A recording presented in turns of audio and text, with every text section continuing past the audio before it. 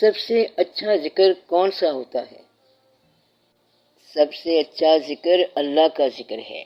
وَالذِّکْرُ اللَّهُ اکبر، تو اللہ کا ذکر ہی اکبر ہو سکتا ہے، کیونکہ جو اکبر ہے اسی کا ذکر اکبر ہوگا، یعنی بڑے کا ذکر بھی بڑا۔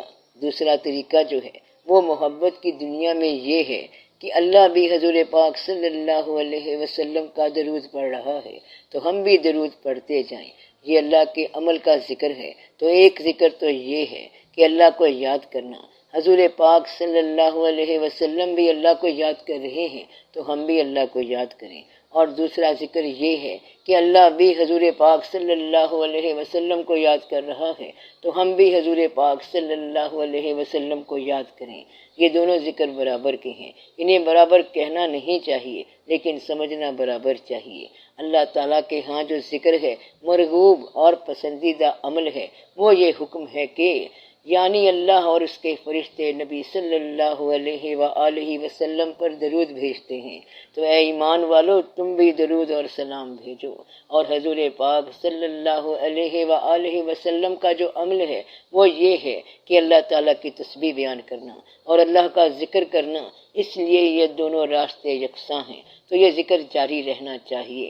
درود شریف کا ذکر ہو یا اللہ کا ذکر ہو، بات ایک ہی ہے۔ کیا ذکر کے لیے باوضو ہونا ضروری ہے؟ اللہ کا کون سا ذکر کریں؟ ذکر کے لیے باوضو ہونا ضروری نہیں ہے۔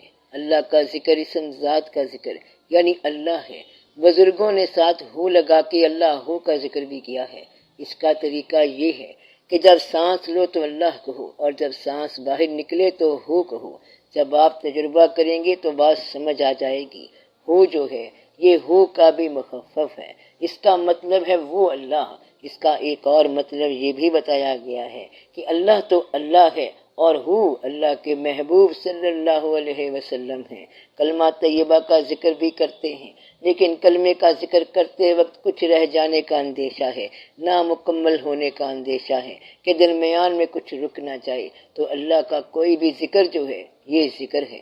اگر اللہ کی راہ میں کوئی نیک عمل کرو تو یہ بھی ذکر ہے۔ ایک جگہ فرمان ہے کہ نماز کو قائم کر میرے ذکر کے لیے، تو نماز کا قیام بھی اللہ کا ذکر ہے، اللہ کا فکر بھی اللہ کا ذکر ہے، اللہ کی یاد بھی اللہ کا ذکر ہے، اور اللہ کے حوالے سے ہر چیز جو ہے وہ ذکر ہے۔ تو ذکر کے باب میں یہ کہتے ہیں کہ ذکر کرنا بھی ذکر ہے، فکر کرنا بھی ذکر ہے، خیال کرنا بھی ذکر ہے، اللہ کے بارے میں بات کرنا بھی ذکر ہے، اس کے بارے میں سوچنا بھی ذکر ہے، اس سے ڈرنا بھی ذکر ہے، اللہ کے ڈر سے کانپنا بھی ذکر ہے، اور ان کے دل لرز جاتے ہیں جب اللہ کا نام لیا جائے، تو یہ ذکر ہے۔ اور یہ ذاکرین کی تعریف ہے، تو وہ دائیں بائیں سوتے جاگتے ذکر کرتے ہیں، اور یہ کہ دنیا سے محبت نہ کرنا بھی اللہ کا ذکر ہے۔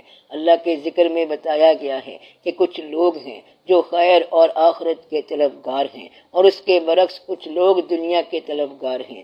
جو اللہ کے طلبگار ہیں وہ دنیا کے طلبگار نہیں ہوتے، وہ دنیا سے گزرتے ہیں تو اسے اللہ کا حکم سمجھ کے گزرتے ہیں۔ تو دنیا کی طلب کا نکالنا بھی اللہ کا ذکر ہے، اللہ کے حوالے سے کسی رشتے کو نبھانا بھی اللہ کا ذکر ہے، اللہ کے حوالے سے کوئی وعدہ پورا کرنا بھی اللہ کا ذکر ہے۔ تو کوئی بھی کام اللہ کے حوالے سے اور اس کی خصوصی رضا کے لیے کرنا اللہ کا ذکر ہے۔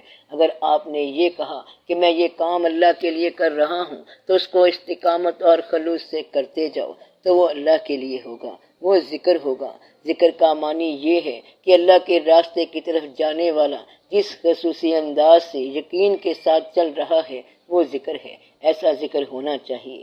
خیرات کرنے والا، مہربانی کرنے والا، احسان کرنے والا، زکوٰۃ دینے والا، نماز پڑھنے والا اور فرائض پورے کرنے والا ذکر والا ہے۔ تو جو اللہ کے راستے کی باتیں ہیں ان پہ شوق سے چلنے والا ذکر والا ہے۔